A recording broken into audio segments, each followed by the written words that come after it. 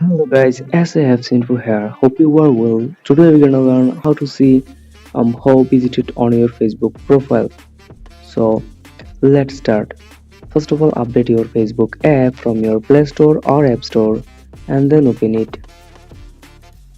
After opening the Facebook app, you can see the Facebook uh, homepage. After that, when you come to the friends option, you can see lots of options, that is people you may know. First one is in the first step, the add friends options is can be your visitor, your profile visitor.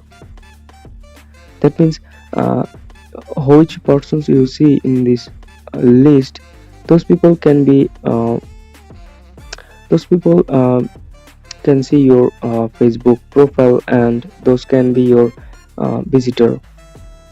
After that, in the step 2 section, you can see you have new friends suggestion in the notification panel.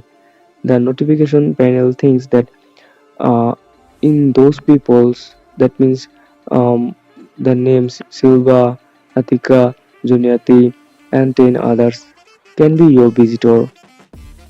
So there is no single options that you can see the visitor of your Facebook profile. The things I show in this video, I shown in this video, those steps can be followed for watching the visitor of your profile.